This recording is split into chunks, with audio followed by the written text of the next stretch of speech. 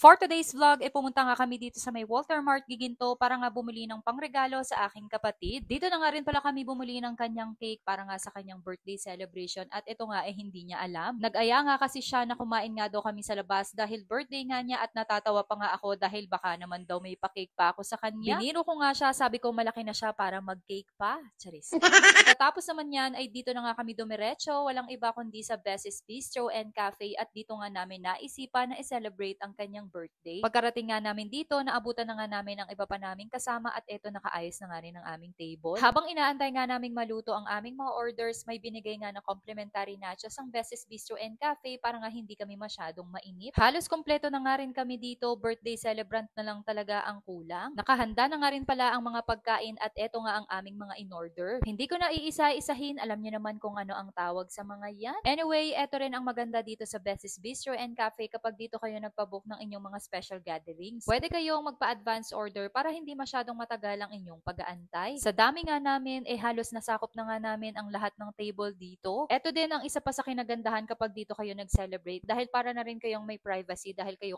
lang din magpa-family ang magkakasama. Hindi masyadong crowded at parang napaka-intimate nga ng celebration. Maya-maya nga lang din ay dumarating na nga ang ating birthday celebrant. Happy birthday!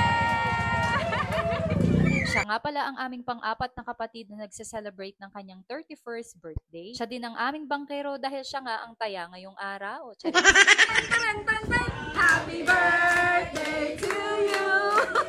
Happy birthday to you! Happy birthday! Happy birthday! Happy birthday to you!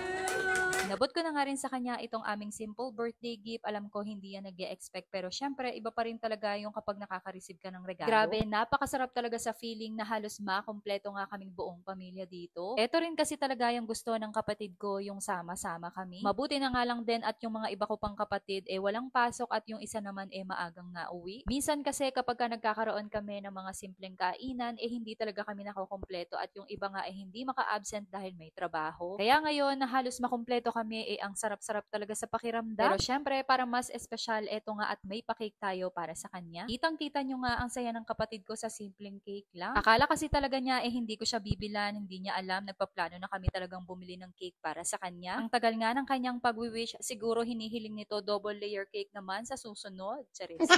Hayaan mo sa susunod, ipapa-customize pa natin. Charis.